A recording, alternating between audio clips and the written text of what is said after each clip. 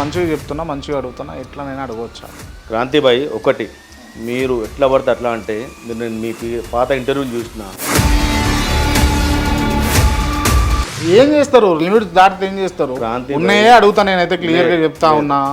మీరు సీరియస్ అయినా సరే, కోపమైనా సరే. మీరు నేను అడ్వకేట్ అన్న విషయం మర్చిపోతున్నారు. సరే, ఏమైతే చూద్దామన్నా, ఇంటర్వ్యూ అయితే స్టార్ట్ చేద్దామా?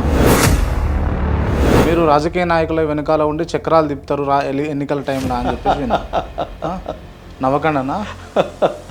తిప్పుతారా లేదా? తిప్పడం అంటే వాళ్ళకి ఎందుకంటే